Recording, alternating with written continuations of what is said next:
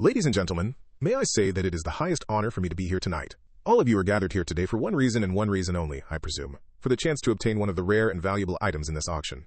Applause thundered at the old gentleman's ardent introduction. If everyone in the audience would now kindly turn to face the back room at the very top, we have a few exceedingly important figures who have blessed us with their presence. Please join me in welcoming the King and Queen of Sapin. The auctioneer flicked out his coattail and kneeled. The audience followed, bowing respectfully from their seats. The King and Queen stepped to the window before Arthur, waving slowly, practiced. Arthur watched them from a private viewing room. Next, the man who has made this whole event possible. Please give a big round of applause for Vincent Helsty. Another round of applause followed, as Vincent stepped up next to the royals, bowing deeply. Arthur remained seated, observing the crowds below. Supposedly of higher class, he couldn't help but view them as if... No, Arthur chided himself. He shouldn't think like that. Arthur thought, he's not a king anymore. He hadn't even gone through puberty. No point acting like someone non-existent. Arthur turned his gaze to the King and Queen, studying them. King Glader, despite his stoic expression, wasn't domineering but had a strong, charismatic presence. It was easy to see why Sapin's citizens respected him. However, he hadn't earned his seat. It was inherited. Arthur wasn't surprised King Glader's mana core was only red stage. Turning to the Queen, something caught Arthur's eye. A white wand strapped to her dress. Arthur couldn't sense her mana, meaning she either had an artifact to hide it, or was at a level too high for him to sense. Queen Priscilla caught Arthur observing her and gave him a knowing smile, revealing pearly white teeth. Her smile threw Arthur off guard. He flinched and quickly turned away, face burning with embarrassment. Beautiful wasn't sufficient to describe her. Oddly, Arthur had noticed that since coming to this world, he lacked sexual attraction toward these older women. Initially, he thought it might be his prepubescent body's lack of hormones, but further reflection suggested it was because his mother was younger than he had been before reincarnation. Arthur had never paid much attention to human psychology, but found it interesting that women in his mother's age group were unappealing. Arthur mused. Maybe that was just him, no way to tell. Of course, that didn't mean he'd go for children his own age, like Tess, Lilia, or even Kathy Ellen, this ice princess. They could be personifications of beauty, but mentally they were children. Arthur couldn't see Tess as anything other than a friend or sister, even with her obvious attraction to him. Arthur thought, maybe when she was older and more mature, he would start thinking about it. Arthur sighed.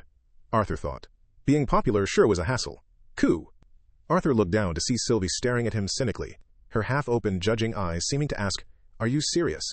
Arthur laughed in embarrassment and pushed Sylvie's face away. A large hand lightly squeezed Arthur's shoulder. Vincent whispered, Arthur, a sword is up for auction right now.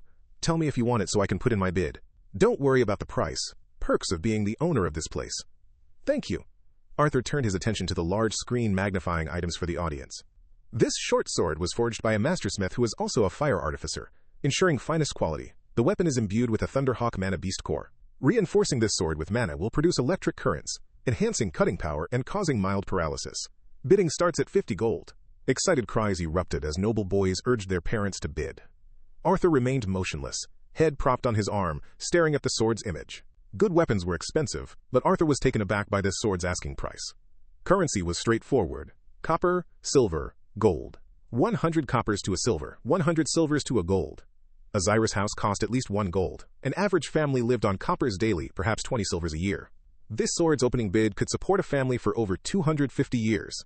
While the shock ability was handy, the sword itself was subpar compared to the blade Arthur wielded in his previous life. Vincent's gaze shifted between Arthur and the weapon, clearly hoping Arthur would be interested. Arthur shook his head. No worries. That was just the start. Let me know when you find something you like. Oh, I almost forgot, Vincent whispered, leaning close. I have the items you wanted in the back. I'll have them delivered after this. Arthur's ears perked up. You managed to find a voice-altering mask as well? Took a bit longer, but yes. Also got you a coat from a nightmare fox, harder for detection. Seemed like something you'd want, Vincent replied softly, winking.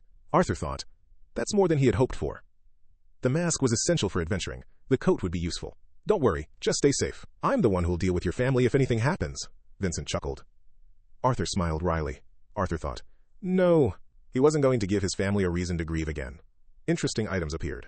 Several beast cores, mostly B-class or lower, with astronomical prices. Even a C-class core was around 50 gold. The king bid on a few, winning an A-class beast core, hoping its will was intact. A slim chance. The queen bid on a mana absorption ring and other conjurer items. As the auction's latter half began, items increased in value. Arthur's interest waned, until a large, sheet-covered square container was rolled onto stage. Arthur couldn't control his agitation when the auctioneer revealed a cage of chained, near-naked female humans.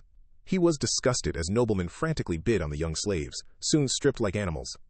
Being from a small town opposed to slavery made Arthur almost forget its existence. His previous world abolished it centuries ago. Owning a slave was an alien concept. Memories of killing Tesh's abductors surfaced. Arthur wondered, if he hadn't rescued her, what would have happened? Hadn't he inadvertently prevented a war? The taste of metal brought him to reality. He'd bitten his lip, wiping blood away. Tabitha and Arthur's mother grew solemn but focused on Ellie and Lilia. The Helsties opposed slavery, hiring servants. Vincent flushed with guilt but regained composure. Demand was too high to ignore. Turning away, Arthur saw the prince murmuring to the princess, her face expressionless. This was tedious. Arthur considered settling for a practice sword until he matured. Rising to stretch, he spotted the hooded guard, Sebastian, eyeing Sylvie disturbingly. The bony conjurer fiddled with his staff, eyes greedily fixed on Arthur's bond. Noticing Arthur's glare, Sebastian coughed, straightened his robe, and gave Arthur a smug grin. Arthur thought furiously, this foolish plebeian has the audacity. Vincent Helsty. It was a pity Arthur hadn't found a suitable sword. No matter. Vincent had many in storage. Sure, Arthur would like one. Your Majesty, I hope you're finding it worthwhile to visit our humble auction house, Vincent murmured respectfully. This place is anything but humble, Vincent. Securing an A-class Silvercoat bear core shows your network. Let's hope the beast will is intact, the king clapped Vincent's back excitedly. Don't get your hopes up too much, dear. You know how rare it is. The queen responded quietly, then resumed her conversation with Alice and Vincent's wife about the children. As His Majesty and Vincent turned back to the stage, a terrifyingly oppressive presence filled the room, constricting Vincent's body. He struggled to move, to find the source of this domineering bloodlust, but his body refused. Vincent wondered, what the hell was going on? This was the most secure area, with King's guards inside and his own securing the entrance. Vincent's breathing turned shallow, cold sweat rolling down his face. With extreme effort, he glanced at the guards. They could move, but were clearly as confused. Vincent had no idea what to expect. He'd assumed he would live longer, yet here he was at death's door.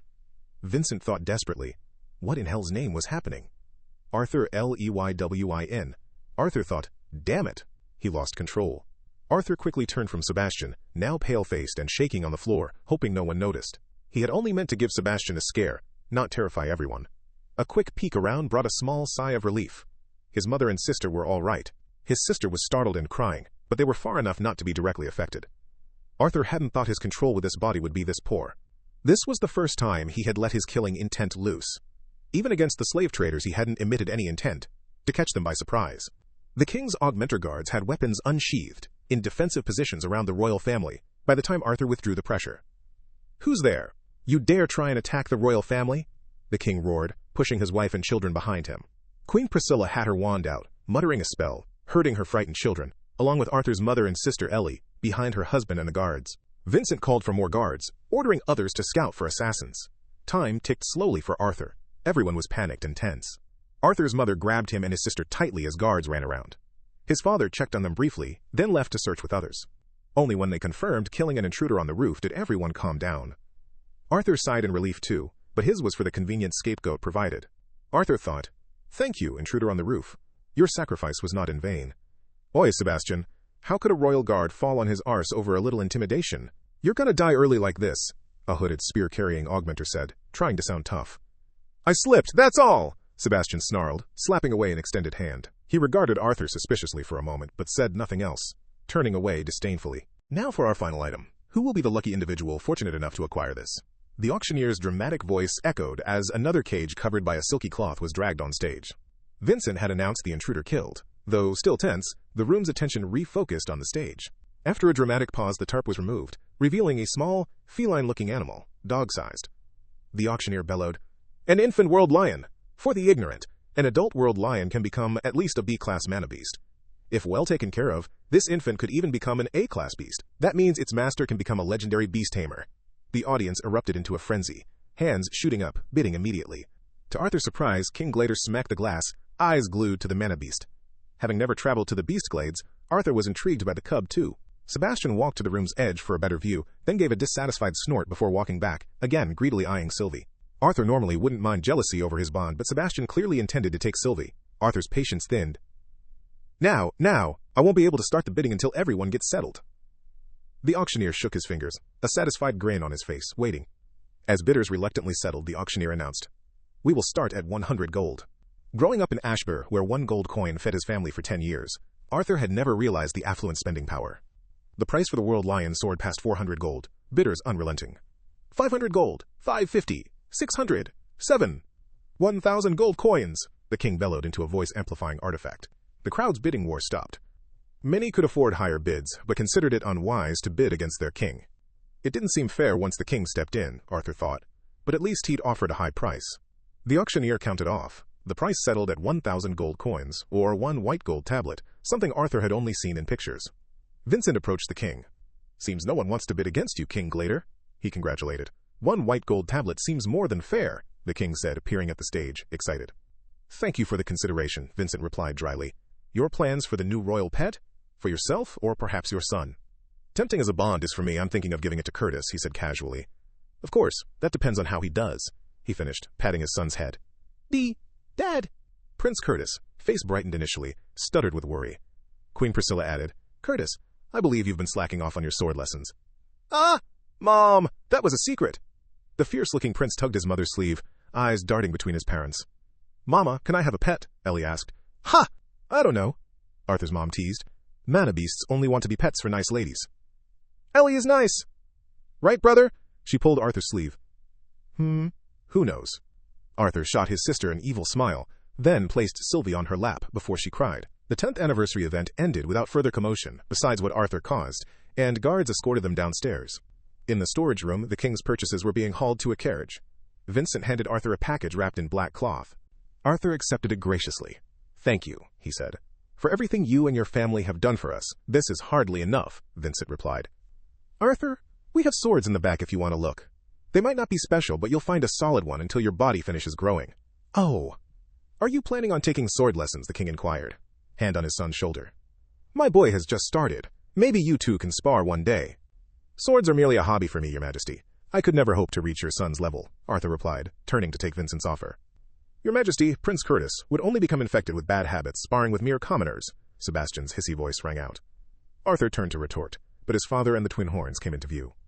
"Ah, here you are. How did you enjoy the auction?" Arthur's father asked, picking Ellie up after respecting the king and queen. His father pulled Vincent aside, and they and the twin horns began their debrief. Sebastian approached the king. "Your Majesty, if I may have a word," Arthur heard him say. King Glader shot the conjurer an irritated glance but leaned in. Arthur couldn't discern Sebastian's words, but the king's furrowed brows showed displeasure. King Glader looked at his royal guards sternly but sighed. The two walked towards Arthur. Their discussion's topic became obvious as Sebastian eyed Arthur's bond, not Arthur. Instead of addressing Arthur, the king approached his father, Reynolds, smiling distantly. "I don't think I caught your name. You must be this young boy's father?" "Reynolds Lewin, Your Majesty, and yes, this is my son. Is anything the matter?" Reynolds replied, bowing. "Sebastian here has been a royal guard for many years, helping our family countless times." His voice was relaxed but condescending. "For his exemplary services, I feel the need to reward him. He has taken a fancy to your son's bond. I know severing a contract isn't easy, and the boy has grown close to his pet, but I would willingly hire a mage for the contract and compensate your family." "Yeah, Your Majesty," Reynolds stuttered, surprised by the outrageous request. Glancing at Arthur, he turned back. "I must apologize, Your Majesty. Neither I, nor my wife had anything to do with my son's bond. He acquired it himself, so I cannot speak on his behalf regarding it." The king turned to Arthur, regarding him loftily, finding Arthur returning his gaze. He realized Arthur had been staring icily at him and his guard throughout their conversation. "Boy, didn't your father teach you to lower your gaze before superiors?" Sebastian snarled, slamming his staff's end down. "Sebastian! Silence!" The king held up his hand. The request had caught everyone's attention. "Hello, child," the king approached Arthur. "I'm sure you heard me speak to your father. How about it? My royal armory would have a sword befitting any aspiring young knight." Not wanting a commotion, Arthur swallowed back profanity. "Thank you, Your Majesty, for your gracious offer, but I must refuse. Even the most magnificent sword could never replace Sylvie." "How dare! Sebastian!" King Glader snapped. Turning to Arthur, his tone more impatient. "How about a trade, then? The world lion cub I just purchased for your bond." "Father!" Curtis scurried over. "I thought the mana beast was mine." Ignoring his son, the king waited for Arthur's response. "Perhaps I didn't make myself clear. I do not wish to give, sell, or trade my bond," Arthur reiterated, annoyance clear on his face. "I've asked you twice, child, for a favor." "Twice," he emphasized, tone grave. "I will ask once more. Will you give me your bond?" The air tensed, all attention on Arthur. Sebastian gave him a menacing, bloodshot glare. Royal guards stood alert. "Allow me to ask you a question in response, Your Majesty. How much are you willing to sell your children for?" Arthur asked coolly, unflinching. Thrown off, the king offered no response. Arthur continued, "You have asked me twice, and I have rejected you both times, yet your pride won't accept my refusal. You don't seem aware of what you are asking, so I hope my question makes it clear. How much money would you require for your son or daughter, King Glader?" Arthur's voice didn't waver. Arthur heard a sword's sharp whistle. "Insolent peasant!" a guard roared. "You dare insult the king and his family?" He charged at Arthur before anyone could respond.